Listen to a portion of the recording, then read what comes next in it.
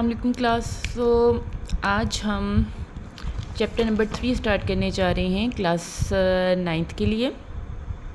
And हमारा chapter number 3 है dynamics. इसका कल हमने थोड़ा सा इंट्रोडक्शन भी किया था।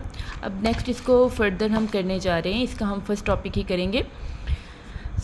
काइनेमेटिक्स में तो हमने कल पढ़ा था कि जो इकसाम की मोशन है, हरकत की इकसाम किस तरह की है, कि बॉडीज़ कैसे हरकत करती हैं, उसके बारे में हम स्टडी करते हैं।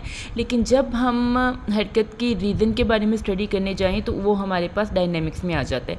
अगर हम इसको पेपर के पॉइंट ऑफ व्यू से करें तो जो फर्स्ट पैराग्राफ है इसमें से आपने कुछ नहीं करना है। लास्ट पे आपके पास एक लाइन दी हुई है जो कि डायनामिक की डेफिनेशन के बारे में, वैसे तो ये हम लास्ट चैप्टर में भी कर चुके हैं, लेकिन यहाँ पे भी हम इसको कर लेंगे। डायनामिक उन फोर्सेस का अमल है जो जिस्म की हरकत में तब्दीली पैदा करती हैं।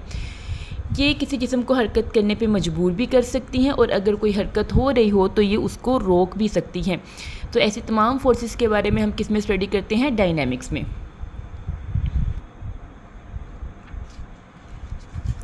ओके, नेक्स्ट हम आ जाते हैं फोर्स के तस्वुर के बारे में कि फ़ोर्स होता क्या है। अच्छा, यहाँ पर आपको जो चीज़ मैं अंडरलाइन करवाऊँगी उसको आपने अंडरलाइन करते जाने। फ़ोर्स एक हम बुक से पहले इसलिए फ़ोकस कर रहे हैं क्योंकि आपने पेपर की एग्ज़ाम की प्रिपरेशन बुक से करनी होती है, और फिर आपको याद करने में भी किस तरह से इजी रहेगा। तो हम बुक को साथ रख के ही इसको स्टडी करेंगे ताकि आपके कॉन्सेप्ट क्लियर हो सके।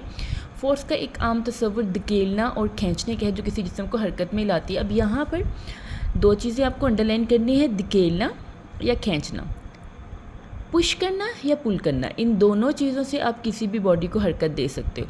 अब हर फोर्स आम तौर पर हमारे पास काम कौन से करती है, यहाँ पर आप अपनी बुक में देखो तो इन 3 पॉइंट्स को आपने अंडरलाइन करना है। या तो किसी बॉडी को हरकत में ला रही है, या उस बॉडी को रोक रही है, या उस जिस्म की वेलोसिटी की अददी कीमत को तब्दील कर रही है, या फिर सिमत को तब्दील कर रही है। अब इन चारों पॉइंट को हम 1 बाय 1 डिस्कस करते हैं।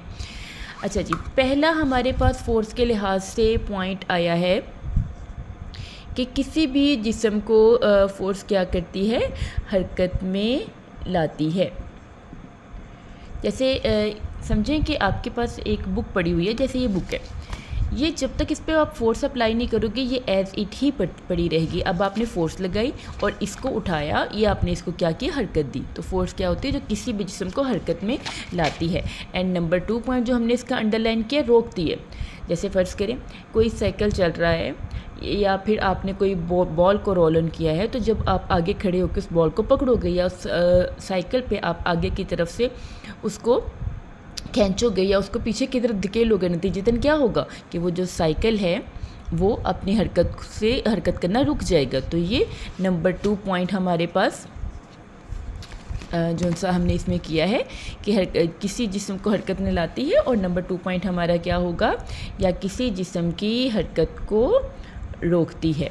ओके, नेक्स्ट पे हमारे पास आ जाता है जिस्म की वेलोसिटी की अददी कीमत या सिमत को तब्दील करती है। नंबर 3, मसलन कोई साइकिल है, कोई बॉल की एग्जांपल ले लेते हैं। कोई बॉल है जो कि 2 मीटर पर सेकंड की स्पीड से या वेलोसिटी से मूवमेंट कर रही है। अब आपने क्या किया? आपने उसको एक किक लगा दी।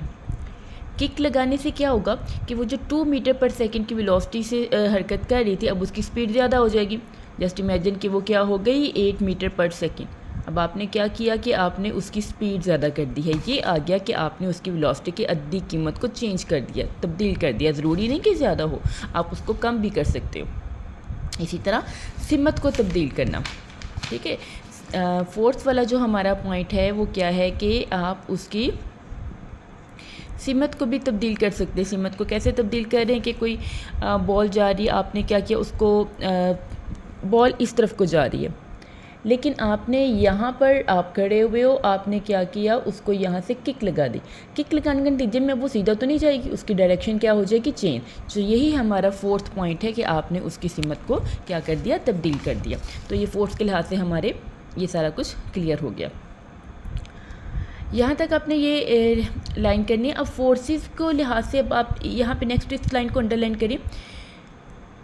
कुछ फोर्सेस ऐसी होती हैं जो हम दूसरे जिस्म पर लगाते हैं और कुछ हम पर अमल करती हैं। इन दोनों लाइंस को आपको अंडरलाइन करना है। फोर्सेस आप भी किसी जिस्म पर लगा सकते हो और कुछ फोर्सेस आप पर भी लग रही हैं, जैसे कि ज़मीन की ग्रेविटी। हम पर एक ऐसी फोर्स है जो हर वक्त अमल कर रही है, जैसे ज़मीन की ग्रेविटी, और जो आप लगा रहे हो, आप दरवाजे को खोल रहे हो, दरवाजे को खींच रहे हो। इसी तरह जब कोई गाड़ी ड्राइव कर रहा होता है तो स्टीयरिंग पे वो फोर्स लगा रहा है। तो हर तरफ हम तो बहुत सी जगहों पर फोर्स लगाते हैं, लेकिन हम पे जो लग रही है वो क्या होता है कि वो क्या ग्रेविटी की, मेनली ग्रेविटी की फ़ोर्स है। इसके अलावा बहुत सी फोर्सेस ऑफ अट्रैक्शन भी हैं। सो ये वाले पैराग्राफ से आपको मैंने बता दिया क्या करना है। अब नेक्स्ट पे आ जाए। यहाँ पर भी एक इंपॉर्टेंट लाइन है, फोर्स असल में करती क्या, किसी जिस्म में एनर्जी मुंतकिल करती है। अब फर्ज करें कोई साइकिल चल रहा है या कोई बाइक चल रही है या कोई गाड़ी है। खैर गाड़ी को रोकना तो आपके लिए मुश्किल होगा, लेकिन अगर आप साइकिल चल रही हैं तो आप उसको रोकना चाहते हो, आप अपोजिट डायरेक्शन में उस पर फोर्स लगाते हो। आप क्या कर रहे हो, आप अपनी बॉडी की जो एनर्जी है वो उसमें डाल रहे हो, वो उसमें मुंतकिल कर रहे हो, जिसके नतीजे में वो क्या होगा, रुक जाएगा। आपके सामने एक डायग्राम बनी। अब इसमें यह आदमी क्या कर रहा है, उसके पास एक हाथ गाड़ी है, उसके अंदर उसने बहुत सी ईंटें रखी हुई हैं और वो उसको धकेल रहा है। अब वो खुद क्या कर रहा है, उस पर फोर्स लगा रहा है, लेकिन इस फोर्स लगाने के नतीजे में उसकी अपनी जो एनर्जी है वो इसके अंदर जा रही है, सारी उसकी अपनी जो एनर्जी है वो यूज़ हो रही है। तो यहाँ पर आपने इसकी आगे हेडिंग दे देनी है मिसाल की, और हम मिसाल देंगे कि एक आदमी है, ये आप इसको पढ़ के देख लीजिएगा कि उसमें वज़न है तो वो उसको धकेल रहा है, धकेलने की वजह से उस पर फोर्स लग रही है। तो किसी तरफ मोड़ते वक्त वो दोनों हथियों पर मुख्तलिफ फोर्स लगा रहा है ताकि गाड़ी किसी की तरफ को ना उल्टे। इसी तरह हम पर लगने वाली हम पहले डिस्कस कर चुके हैं, ग्रेविटी की फोर्स है। इसके अलावा हमारे जब हम चलते हैं तो हमारे पाँव के ज़रिए ज़मीन पर भी एक फ़ोर्स लग रही है, जो कि क्या होती है, फ्रिक्शन की फ़ोर्स। अब नेक्स्ट हमारे मेन टॉपिक पर आ जाएँ, जो कि क्या है, फोर्सेस की इकसाम। तो नेक्स्ट हमारे पास आ जाती हैं फोर्सेस की इकसाम। इसमें हमारे पास दो किस्म की फोर्सेस की इकसाम आ जाती हैं। फर्स्ट जो टाइप है इसकी, उसको हम बोलते हैं कॉन्टैक्ट फोर्सेस।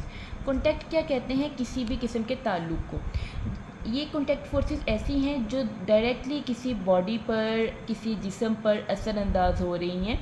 जैसे आपने एक रस्सी के साथ किसी साइकिल को बांधा हुआ है या किसी भी चीज़ को, पत्थर को बांधा हुआ है और आप उसको खींच रहे हो, पुल कर रहे हो, पुश कर रहे हो, तो ये वाली जो फोर्सेस है इनको हम कहेंगे कॉन्टैक्ट फोर्सेस। कॉन्टैक्ट फोर्सेस उस फोर्स को कहते हैं जो दो जिस्म के दरमियान पॉइंट ऑफ कॉन्टैक्ट के आपस में वो जुड़े हुए हैं पर अमल करे। लगाई गई फोर्सेस धकेलना भी हो सकता है, खींचना या मरोड़ना, जिसकी मैंने आपको ऑलरेडी एग्जांपल दे दी है। अब ये हमारे पास मेन है कि कॉन्टैक्ट फोर्सेस। अब जैसे कि फोर्सेस की दो टाइप्स है, कॉन्टैक्ट और नॉन कॉन्टैक्ट। कॉन्टैक्ट जो डायरेक्टली लगती है, अटैच हुई होती है। नॉन कॉन्टैक्ट जो आपको डायरेक्टली नहीं लग रही, आप उस बॉडी के साथ डायरेक्टली जुड़े नहीं हुए, लेकिन वो फोर्स अप्लाई करी। जैसे कि ज़मीन की ग्रेविटी हर वक्त हर चीज़ पे लग रही है, हम पे भी ज़मीन की ग्रेविटी अप्लाई हो रही है, ज़मीन हमें अपनी तरफ खींच रही है, लेकिन किसी रस्सी के ज़रिए वो फोर्स हम पे नहीं लग रही, लेकिन वो मौजूद है। तो ऐसी फोर्स जो मौजूद तो है लेकिन वो डायरेक्टली किसी जिस्म के साथ जुड़ी नहीं हुई, उसको हम क्या बोलते हैं, नॉन कॉन्टैक्ट फोर्सेस। अब कॉन्टैक्ट फोर्सेस के हमारे पास आगे बहुत सी इकसाम है। जैसे फर्स्ट पे हमारे पास क्या आ जाता है, फ्रिक्शन। फ्रिक्शन क्या होती है, यहाँ से ये वाली लाइन आपको थोड़े से मैं पॉइंट्स बताऊंगी, हिंट बताऊंगी, जो आप याद रखिएगा, ताकि जब आप पेपर को सॉल्व करें तो उन हिंट को अगर आपको याद रहेंगे तो आपके लिए इनको सॉल्व करना इजी होगा। सबसे पहले हमारे पास आ जाता है फ्रिक्शन। फ्रिक्शन हरकत की खिलाफ मुज़ाहमत, जो किसी भी जिस्म को हरकत करने से रोकती है, उसको हम क्या बोलते हैं, फ्रिक्शन। फ्रिक्शन हमारे पास बहुत सी जगहों पर, जैसे अब हम लोग चलते हैं ना, चलने में जब हम क्या कर रहे होते हैं, हम आगे की तरफ मूव कर रहे होते हैं, कदम रख रहे होते हैं, लेकिन अगर आप कदमों पे गौर करो तो उसी वक्त एक कॉन्टैक्ट की फोर्सेस आपके पाँव और ज़मीन के दरमियान बन रही है, जिसमें आप क्या करो, ज़मीन को आप अपनी तरफ से पीछे की तरफ करो, जिसके नतीजे में ज़मीन आपको आगे की तरफ पुश कर रही है। तो कोई भी ऐसी फोर्स जो किसी चीज़ को, हरकत को रोके या रोकने की कोशिश करे, उसको हम क्या बोलते हैं, फ्रिक्शन। दूसरा क्या हो गया, घसीटना। घसीटना भी एक तरह से मुज़ाहमती यानी कि रुकावटी फोर्स से आती है। घसीटने की फ़ोर्स एक मुज़ाहमती फ़ोर्स है जो माया या गैस में किसी जिस्म की हरकत की वजह से पैदा होती है, और ये इर्द गिर्द के माया या गैस के लिहाज से जिस्म की हरकत के मुखालिफ सिमत में होती है। घसीटना की अगर मैं आपको एक आम या रियल लाइफ एग्जांपल दूं, फ़र्ज़ करें आपने एक बहुत बड़ा बड़ा सा कोई बोरी ली हुई है या कोई थैला लिया हुआ है जिसके अंदर आपने बहुत से कपड़े या पत्थर डाले हुए हैं। अब आप इतने बड़े थैले को उठा नहीं सकते, तो आप क्या करोगे, आप उसको एक रस्सी के ज़रिए बांधोगे और देन आप उसको घसीटोगे। अब क्या हो रहा है, आप उसको ईज़िली मूव नहीं करवा रहे, आपको उस पे बहुत ज़्यादा फ़ोर्स लगानी पड़ रही है। असल में क्या है, घसीटना एक मुज़ाहमती फ़ोर्स है। ज़मीन उसको फ्रिक्शन प्रोवाइड कर रही है, ज़मीन उसको रोकने की कोशिश कर रही है, लेकिन आप उस हरकत की मुज़ाहमत करके आप उसको खींचने की, घसीटने की कोशिश कर रहे हो। सो ये चीज़ फ़ोर्स ऑफ ड्रैगिंग या घसीटना। नेक्स्ट हमारे पास आ जाते हैं उछाल। उछाल की फ़ोर्स ज़्यादातर हम लिक्विड्स के लिए करते हैं, माया के लिए। ये एक ऐसी फ़ोर्स है जो एक जिस्म किसी को किसी माया में डुबोने पर ऊपर की तरफ अमल करते हैं। ये तो आप सब ने किया भी होगा बचपन में, अब भी करते होगे। जैसे फ़र्ज़ करें आपके पास पानी का एक टब है और उसके अंदर आपके पास पानी का एक मग भी है। अब एक पानी के भरे हुए टब पे आप क्या करो, मग को उसके अंदर डुबोने की, या कोई गिलास ले लो, कोई बर्तन ले लो, आप उसको उसके अंदर डुबोने की कोशिश करोगे, वो बिल्कुल अंदर नहीं रहेगा। थोड़ी देर बाद क्या होगा, जैसे ही आप अपनी हाथ की जो फोर्स आप लगा रहे हो उसको पीछे करोगे, वो फ़ौरन क्या होगा, ऊपर की तरफ आ जाएगा। ये देखिए, किसी शय को डुबोने की कोशिश करते हो तो हम उस शय पर ऊपर की तरफ अमल करते हैं, एक फ़ोर्स अमल करते हैं। पानी के अंदर जितना ज़्यादा गहराई तक हम किसी शय को डुबोते चले जाते हैं, फ़ोर्स भी उतनी ही ज़्यादा है। यहाँ पर हमारे पास न्यूटन का लॉ बेटा अप्लाई हो रहा है कि एक्शन और रिएक्शन, हम क्या एक्शन कर रहे हैं कि हम उसके ऊपर फोर्स लगा रहे हैं और इसके नतीजे में पानी एक रिएक्शन की फ़ोर्स दिखा रहा है जिसको हम उछाल की फ़ोर्स कहते हैं, कि पानी उसकी अपोजिट रिएक्शन में उसको ऊपर की तरफ फेंक रहा है। ये एक बहरी जहाज़ समुद्र में उसी फोर्स की वजह से तैर, हाँ ये बहुत इंपॉर्टेंट लाइन है, ये आपको पेपर में क्वेश्चन भी आ सकता है। इसको आपने यहाँ पर SQ लिखें, शॉर्ट क्वेश्चन। अब वो शॉर्ट क्वेश्चन किस तरीके से आ सकता है कि जो जहाज़ हैं, बहरी जहाज़ हैं, जो जितनी भी बोट्स होती हैं, उनकी पानी में तैरने की वजह ही ये है कि वो बेशक उसका वेट है, लेकिन वो वेट से अगर पानी को, वेट उनका जो वज़न है या मास है उनका, वो नीचे की तरफ फोर्स लगा रहा है, तो उसके रिएक्शन की सूरत में पानी उसके ऊपर की तरफ उछाल की फ़ोर्स लगा रहा है। नेक्स्ट ये आ जाए अमूदी फ़ोर्स। ये उस सतह के रद्द-ए-अमल, रिएक्शन के तौर पर जिस्म पर लगने वाली फ़ोर्स है जिस पर जिस्म पड़ा हुआ है। ये फ़ोर्स उस सतह पर अमूदन बाहर की तरफ अमल करते हैं, जिस्म को सहारा देने वाली फ़ोर्स भी कहलाती है। इसमें भी हमारे पास सिंपल ग्रेविटी आ जाती है। हम इस बुक की एग्जांपल ले लेते हैं। ये बुक है, ये एक टेबल के ऊपर पड़ी हुई है। अब इस बुक का जो वज़न है वो किधर को अमल कर रहा है, नीचे की तरफ। लेकिन फिर हैरानगी की बात है कि ये चीज़ नीचे को क्यों नहीं गिर रही, क्योंकि यहाँ पे भी हमारे पास एक्शन रिएक्शन क्या आ जाती है। जितनी ये बुक का वज़न इसको नीचे की तरफ फोर्स लगा रहा है, उतना ही ये टेबल उस पर रिएक्शन के तौर पर ऊपर की तरफ फोर्स लगा रहा है, क्योंकि ये दोनों लाइनें, दोनों फोर्सेज एक सीधी लाइन में है। अमूद का मतलब ये क्या होता है, सीधी लाइन में।